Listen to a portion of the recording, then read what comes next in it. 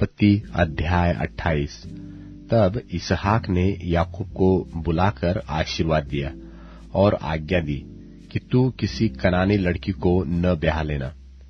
पद्दनराम में अपने नाना बतूएल के घर जाकर वहां अपने मामा लाबान की एक बेटी को ब्याह लेना, और सर्वशक्तिमान परमेश्वर तुझे आशीष दे और फुला फलाकर बढ़ाए, और तू राज्य राज्य की मंडली का मूल हो, और वह तुझे और तेरे वंश को भी इब्राहिम की सी आशीष दे कि तू यह देश जिसमें तू परदेशी होकर रहता है और जिसे परमेश्वर ने इब्राहिम को दे दिया था, उसका अधिकारी हो जाए। और इसहाक ने याकूब को विदा किया, और वह पद्दनराम को अरामी बतूएल के उस पुत्र लाबान के पास चला, जो याकूब और एसाव की माता रिबका का भाई था। जब इसहाक ने याकूब को आशीर्वाद देकर पद्दनराम को भेज दिया कि वह वहीं से पत्नी ब्याह लाए, और उसको आशीर्वाद देने के समय यह आज्ञा भी दी कि तू किसी कनानी लड़की को ब्याह न लेना। और याकूब माता पिता की मानकर पद्दनराम को चल दिया। तब एसाव यह सब देख के और यह भी सोचकर कि कनानी लड़कियां मेरे पिता इसहाक को बुरी लगती है, इब्राहिम के पुत्र इश्माएल के पास गया, और इश्माएल की बेटी महलत को, जो नबायोत की बहन थी, ब्याह कर अपनी पत्नियों में मिला लिया। सो याकूब बेरशेबा से निकलकर हारान की ओर चला, और उसने किसी स्थान में पहुंचकर रात वहीं बिताने का विचार किया, क्योंकि सूर्य अस्त हो गया था। सो उसने उस स्थान के पत्थरों में से एक पत्थर ले अपना तकिया बनाकर रखा और उसी स्थान में सो गया। तब उसने स्वप्न में क्या देखा कि एक सीढ़ी पृथ्वी पर खड़ी है, और उसका सिरा स्वर्ग तक पहुंचा है, और परमेश्वर के दूत उस पर से चढ़ते उतरते हैं, और यहोवा उसके ऊपर खड़ा होकर कहता है कि मैं यहोवा तेरे दादा इब्राहिम का परमेश्वर और इसहाक का भी परमेश्वर हूँ। जिस भूमि पर तू पड़ा है उसे मैं तुझको और तेरे वंश को दूंगा, और तेरा वंश भूमि की धूलि के किनकों के समान बहुत होगा, और पश्चिम पूरब उत्तर दक्षिण चारों ओर फैलता जाएगा, और तेरे वंश के द्वारा पृथ्वी के सारे कुल आशीष पाएंगे। और सुन, मैं तेरे संग रहूंगा, और जहां कहीं तू जाए वहां तेरी रक्षा करूंगा, और तुझे इस देश में लौटा ले आऊंगा। मैं अपने कहे हुए को जब तक पूरा न करूं, तब तक तुझको न छोड़ूंगा। तब याकूब जाग उठा और कहने लगा, निश्चय इस स्थान में यहोवा है, और मैं इस बात को न जानता था। और भय खाकर उसने कहा, यह स्थान क्या ही भयानक है, यह तो परमेश्वर के भवन को छोड़ और कुछ नहीं हो सकता, वरन यह स्वर्ग का फाटक ही हो सकता है। भोर को याकूब तड़के उठा और अपने तकिए का पत्थर लेकर उसका खंबा खड़ा किया और उसके सिर पर तेल डाल दिया, और उसने उसका नाम बेतेल रखा, पर उस नगर का नाम पहले लूज था। और याकूब ने यह मन्नत मानी कि यदि परमेश्वर मेरे संग रहकर इस यात्रा में मेरी रक्षा करे और मुझे खाने के लिए रोटी और पहनने के लिए कपड़ा दे, और मैं अपने पिता के घर में कुशल क्षेम से लौट आऊं, तो यहोवा मेरा परमेश्वर ठहरेगा, और यह पत्थर जिसका मैंने खंबा खड़ा किया है परमेश्वर का भवन ठहरेगा, और जो कुछ तू मुझे दे उसका दशमांश मैं अवश्य ही तुझे दिया करूंगा। उत्पत्ति अध्याय 29। फिर याकूब ने अपना मार्ग लिया और पूर्वियों के देश में आया, और उसने दृष्टि करके क्या देखा कि मैदान में एक कुआं है, और उसके पास भेड़ बकरियों के 3 झुंड बैठे हुए हैं, क्योंकि जो पत्थर उस कुएं के मुंह पर धरा था, जिसमें से झुंडों को जल पिलाया जाता था, वह भारी था। और जब सब झुंड वहां इकट्ठे हो जाते तब चरवाहे उस पत्थर को कुएं के मुंह पर से लुढ़काकर भेड़ बकरियों को पानी पिलाते और फिर पत्थर को कुएं के मुंह पर जो कत्यो रख देते। सो याकूब ने चरवाहों से पूछा, हे मेरे भाइयों, तुम कहाँ के हो? उन्होंने कहा, हम हारान के हैं। तब उसने उनसे पूछा, क्या तुम नाहोर के पोते लाबान को जानते हो? उन्होंने कहा, हाँ, हम उसे जानते हैं। फिर उसने उनसे पूछा, क्या वह कुशल से है? उन्होंने कहा, हाँ, कुशल से तो है। और देख, वह उसकी बेटी राहेल भेड़ बकरियों को लिए हुए चली आती है। उसने कहा, देखो, अभी तो दिन बहुत है, पशुओं के इकट्ठे होने का समय नहीं, सो भेड़ बकरियों को जल पिलाकर फिर ले जाकर चराओ। उन्होंने कहा, हम अभी ऐसा नहीं कर सकते। जब तक सब झुंड इकट्ठे होते हैं तब पत्थर कुएं के मुंह पर से लुढ़काया जाता है और तब हम भेड़ बकरियों को पानी पिलाते हैं। उनकी यह बातचीत हो ही रही थी कि राहेल जो पशु चराया करती थी सो अपने पिता की भेड़ बकरियों को लिए हुए आ गई। अपने मामा लाबान की बेटी राहेल को और उसकी भेड़ बकरियों को भी देखकर याकूब ने निकट जाकर कुएं के मुंह पर से पत्थर को लुढ़काकर अपने मामा लाबान की भेड़ बकरियों को पानी पिलाया। तब याकूब ने राहेल को चूमा और ऊंचे स्वर से रोया। तब याकूब ने राहेल को बता दिया कि मैं तेरा फुफेरा भाई हूँ, अर्थात रिबका का पुत्र हूँ। तब उसने दौड़ के अपने पिता से कह दिया। अपने भांजे याकूब का समाचार पाते ही लाबान उससे भेंट करने को दौड़ा और उसको गले लगाकर चूमा, फिर अपने घर ले आया। और याकूब ने लाबान से अपना सब वृत्तांत विवरण किया। तब लाबान ने याकूब से कहा, तू तो सचमुच मेरी हड्डी और मांस है। सो याकूब 1 महीना भर उसके साथ रहा। तब लाबान ने याकूब से कहा, भाई बंधु होने के कारण तुझसे सेंतमेंत सेवा करना मुझे उचित नहीं है। सो कह, मैं तुझे सेवा के बदले क्या दूं? लाबान के 2 बेटियां थी, जिनमें से बड़ी का नाम लिया और छोटी का राहेल था।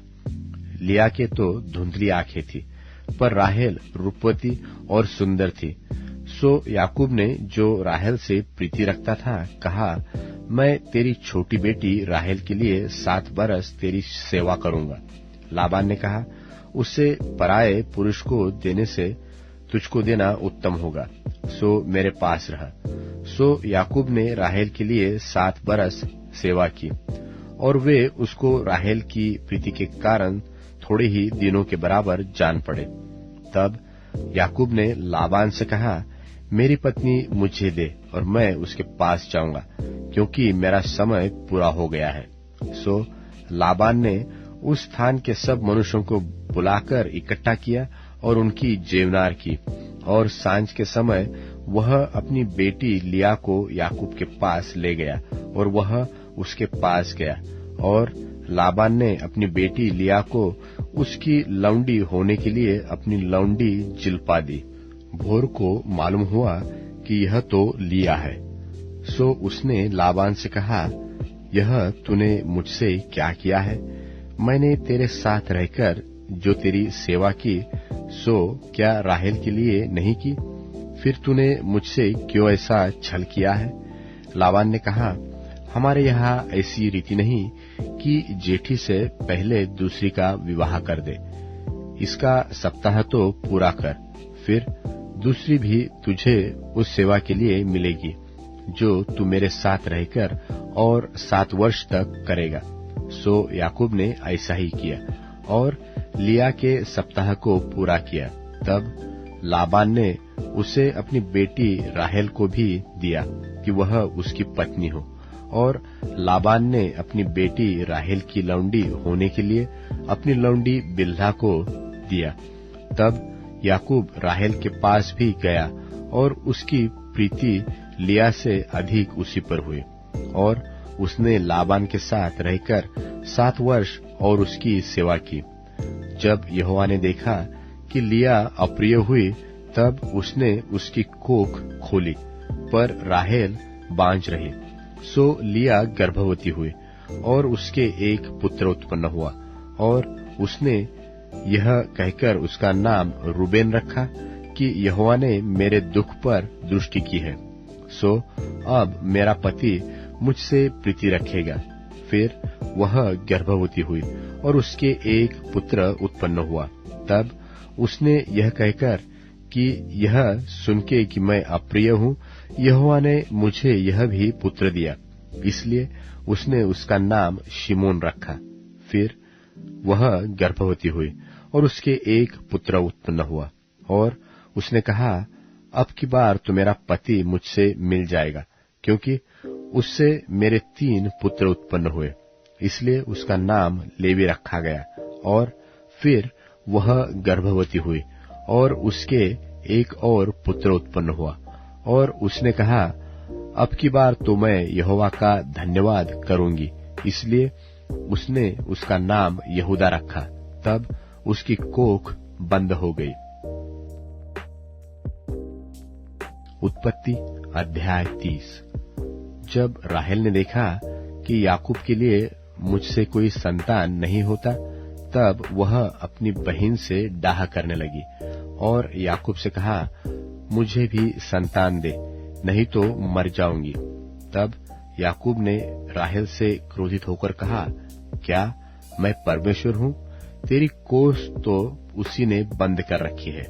राहेल ने कहा, अच्छा, मेरी लौंडी बिल्हा हाजिर है, उसी के पास जा, वह मेरे घुटनों पर जनेगी और उसके द्वारा मेरा भी घर बसेगा। तो उसने उसे अपनी लौंडी बिल्हा को दिया कि वह उसकी पत्नी हो, और याकूब उसके पास गया, और बिल्हा गर्भवती हुई, और याकूब से उसके एक पुत्र उत्पन्न हुआ। और राहेल ने कहा, परमेश्वर ने मेरा न्याय चुकाया और मेरी सुनकर मुझे एक पुत्र दिया। इसलिए उसने उसका नाम दान रखा। और राहेल की लौंडी बिल्हा फिर गर्भवती हुई और याकूब से एक पुत्र और उत्पन्न हुआ। तब राहेल ने कहा, मैंने अपनी बहन के साथ बड़े बल से लिपटकर मल्लयुद्ध किया और अब जीत गई। सो उसने उसका नाम नप्ताली रखा। जब लिया ने देखा कि मैं जन्म देने से रहित हो गई हूँ, तब उसने अपनी लौंडी जिल्पा को लेकर याकूब की पत्नी होने के लिए दे दिया। और लिया की लौंडी जिल्पा के भी याकूब से एक पुत्र उत्पन्न हुआ। तब लिया ने कहा, अहो भाग्य। सो उसने उसका नाम गाद रखा। फिर लिया की लौंडी जिल्पा के याकूब से एक और पुत्र उत्पन्न हुआ। तब लिया ने कहा, मैं धन्य हूँ, निश्चय स्त्रियां मुझे धन्य कहेगी। सो उसने उसका नाम आशेर रखा। गेहूं की कटनी के दिनों में रूबेन को मैदान में दूधा फल मिले, और वह उनको अपनी माता लिया के पास ले गया। तब राहेल ने लिया से कहा, अपने पुत्र के दूधा फलों में से कुछ मुझे दे। उसने उससे कहा, तूने जो मेरे पति को ले लिया है, सो क्या छोटी बात है? अब क्या तू मेरे पुत्र के दूधा फल भी लेने चाहती है? राहेल ने कहा, अच्छा, तेरे पुत्र के दूधा फलों के बदले वह आज रात को तेरे संग सोएगा। सो सांझ को जब याकूब मैदान से आ गया, तब लिया उससे भेंट करने को निकली और कहा, तुझे मेरे ही पास आना होगा, क्योंकि मैंने अपने पुत्र के दूधा फल देकर तुझे सचमुच मोल लिया। तब वह उस रात को उसी के संग सो गया। तब परमेश्वर ने लिया की सुनी। सो वह गर्भवती हुई और याकूब से उसको 5वां पुत्र उत्पन्न हुआ। तब लिया ने कहा, मैंने जो अपने पति को अपनी लौंडी दी, इसलिए परमेश्वर ने मुझे मेरी मजदूरी दी।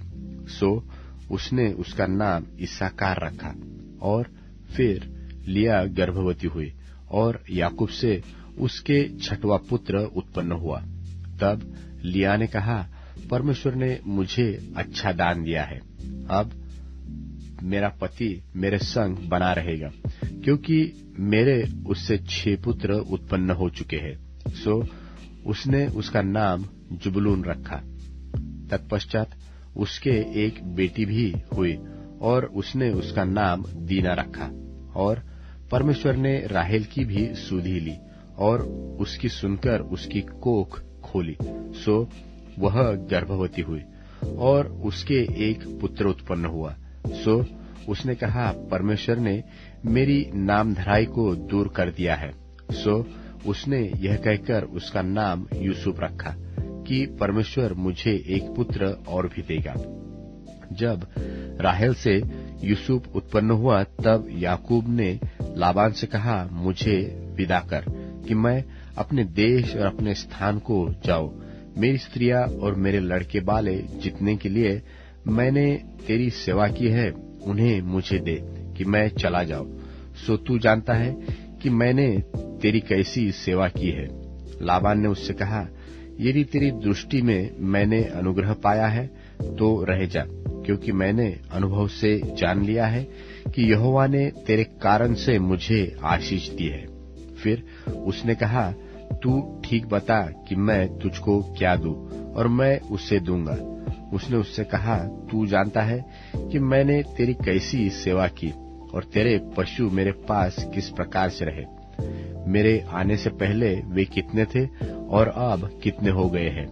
और यहोवा ने मेरे आने पर तुझे तो आशीष दी है, पर मैं अपने घर का काम कब करने पाऊंगा। उसने फिर कहा, मैं तुझे क्या दूं? याकूब ने कहा, तू मुझे कुछ न दे।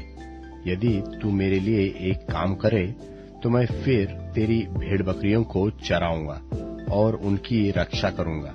मैं आज तेरी सब भेड़ बकरियों के बीच होकर निकलूंगा, और जो भेड़ व बकरी चित्ती वाली व चितकबरी हो, और जो भेड़ काली हो, और जो बकरी चितकबरी व चित्ती वाली हो, उसे मैं अलग कर रखूंगा, और मेरी मजदूरी में वे ही ठहरेंगी। और जब आगे को मेरी मजदूरी की चर्चा तेरे सामने चले, तब धर्म की यही साक्षी होगी, अर्थात बकरियों में से जो कोई न चित्ती वाली न चितकबरी हो, और भेड़ों में से जो कोई काली न हो, सो यदि मेरे पास निकले तो चोरी की ठहरेंगी। तब लाबान ने कहा, तेरे कहने के अनुसार हो। सो उसने उसी दिन सब धारी वाले और चितकबरे बकरों और सब चित्ती वाली और चितकबरी बकरियों को, अर्थात जिनमें कुछ उजलापन था, उनको और सब काली भेड़ों को भी अलग अलग करके अपने पुत्रों के हाथ सौंप दिया। और उसने अपने और याकूब के बीच में 3 दिन के मार्ग का अंतर ठहराया। सो याकूब लाबान की भेड़ बकरियों को चराने लगा, और याकूब ने चनार और बादाम और अरमोन वृक्षों की हरी हरी छड़ियां लेकर उनके छिलके कहीं कहीं छिलके उन्हें धारीदार बना दिया, ऐसी कि उन छड़ियों की सफेदी दिखाई देने लगी। और तब छिली हुई छड़ियों को भेड़ बकरियों के सामने उनके पानी पीने के कठौतों पे खड़ा किया, और जब वे पानी पीने के लिए आई तब गाभिन हो गई, और छड़ियों के सामने गाभिन होकर भेड़ बकरियां धारी वाले, चित्ती वाले और चितकबरे बच्चे जनी। तब याकूब ने भेड़ों के बच्चों को अलग अलग किया, और लाबान की भेड़ बकरियों के मुंह को चित्ती वाले और सब काले बच्चों की ओर कर दिया, और अपने झुंडों को उसने अलग रखा और लाबान की भेड़ बकरियों से मिलने न दिया। और जब जब बलवंत भेड़ बकरियां गाभिन होती थी, तब तब याकूब उन छड़ियों को कठौतों में उनके सामने रख देता था, जिससे वे छड़ियों को देखते हुए गाभिन हो जाए। पर जब निर्बल भेड़ बकरियां गाभिन होती थी, तब वह उन्हें उनके आगे नहीं रखता था। इससे निर्बल लाबान की रही और बलवंत याकूब की हो गई। सो वह पुरुष अत्यंत धनाढ्य हो गया और उसके बहुत सी भेड़ बकरियां और लौंडिया और दास और ऊंट और गधे हो गए। मत्ती रचित सुसमाचार 10वां अध्याय। फिर उसने अपने 12 चेलों को पास बुलाकर उन्हें अशुद्ध आत्माओं पर अधिकार दिया कि उन्हें निकालें और सब प्रकार की बीमारियों और सब प्रकार की दुर्बलताओं को दूर करें। और 12 प्रेरितों के नाम ये हैं: पहला शमौन जो पतरस कहलाता है, और उसका भाई अंद्रियास, जब्दी का पुत्र याकूब और उसका भाई यूहन्ना, फिलिप्पुस और बरतुल्मै थोमा और महसूल लेने वाला मत्ती, हल्फई का पुत्र याकूब और तद्दई, शमौन कनानी और यहूदा इस्करियोती जिसने उसे पकड़वा भी दिया। इन 12 को यीशु ने यह आज्ञा देकर भेजा कि अन्य जातियों की ओर न जाना और सामरियों के किसी नगर में प्रवेश न करना, परंतु इस्राएल के घराने ही की खोई हुई भेड़ों के पास जाना। और चलते चलते प्रचार कर कहो कि स्वर्ग का राज्य निकट आ गया है। बीमारों को चंगा करो, मरे हुओं को जिलाओ, कोढ़ियों को शुद्ध करो, दुष्टात्माओं को निकालो। तुमने सेंत मेत पाया है, सेंत मेत दो। अपने पटकों में न तो सोना और न रूपा और न तांबा रखना। मार्ग के लिए न झोली रखो, न 2 कुर्ते, न जूते और न लाठी लो, क्योंकि मजदूर को उसका भोजन मिलना चाहिए। जिस किसी नगर या गांव में जाओ तो पता लगाओ कि वहां कौन योग्य है, और जब तक वहां से न निकलो उसी के यहां रहो, और घर में प्रवेश करते हुए उसको आशीष देना। यदि उस घर के लोग योग्य होंगे तो तुम्हारा कल्याण उन पर पहुंचेगा, परंतु यदि वे योग्य न हो तो तुम्हारा कल्याण तुम्हारे पास लौट आएगा। और जो कोई तुम्हें ग्रहण न करे और तुम्हारी बातें न सुने, उस घर या उस नगर से निकलते हुए अपने पांवों की धूल झाड़ डालो। मैं तुमसे सच कहता हूं कि न्याय के दिन उस नगर की दशा से सदोम और अमोरा के देश की दशा अधिक सहने योग्य होगी।